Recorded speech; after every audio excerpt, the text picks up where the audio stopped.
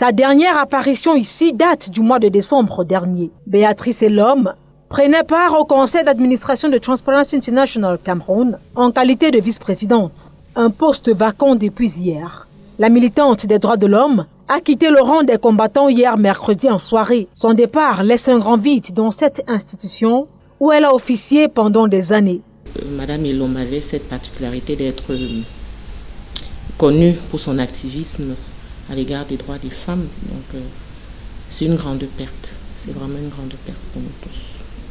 Elle manque déjà à ses collaborateurs, à sa famille aussi, qui pointe la Covid-19 comme responsable de sa mort.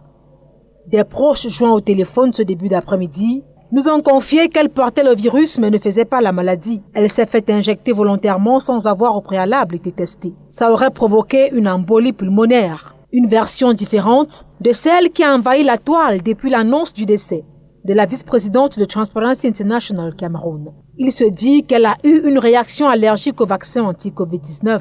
Pour connaître le diagnostic qui se rapproche de la vérité, nous posons la question à l'Ordre des pharmaciens du Cameroun face à la presse ce 22 avril à Yaoundé. Les membres disent ne pas disposer de tous les éléments pour se prononcer pour le moment. Pour le moment, nous n'avons pas une information sur cette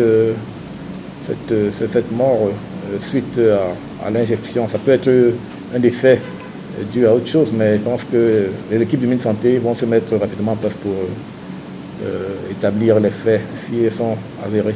Toujours est-il que cette triste nouvelle vient amplifier la polémique autour de la question du vaccin.